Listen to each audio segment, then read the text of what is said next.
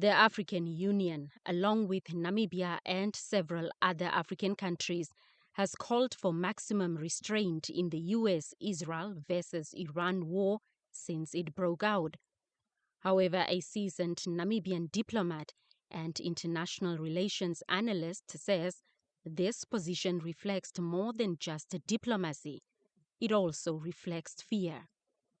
In an exclusive interview with NBC News, Tuliameni Kalomoh says many African leaders are wary of taking a strong stance that could put them at odds with the US, particularly under the current administration.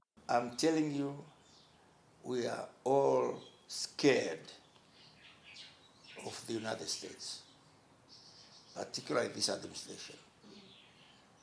Number one, they are not, they are very arrogant, and they are quick to resort to the use of intimidation through sanctions. Sanctions imposed by the US government often take many forms, including individual visa bans and asset freezes.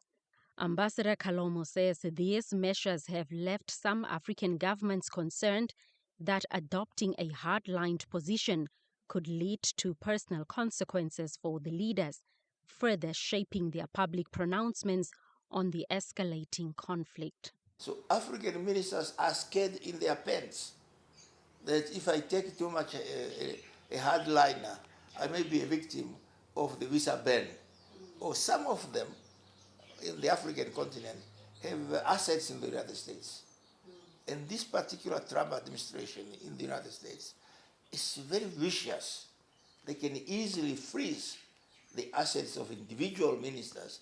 They can easily ban their visiting to the United States. Yeah, restraint also, exercise maximum restraint. It's a very innocuous phrase, and it implies moral equivalence between the parties.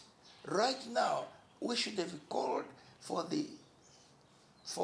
America to desist, to stop the aggression.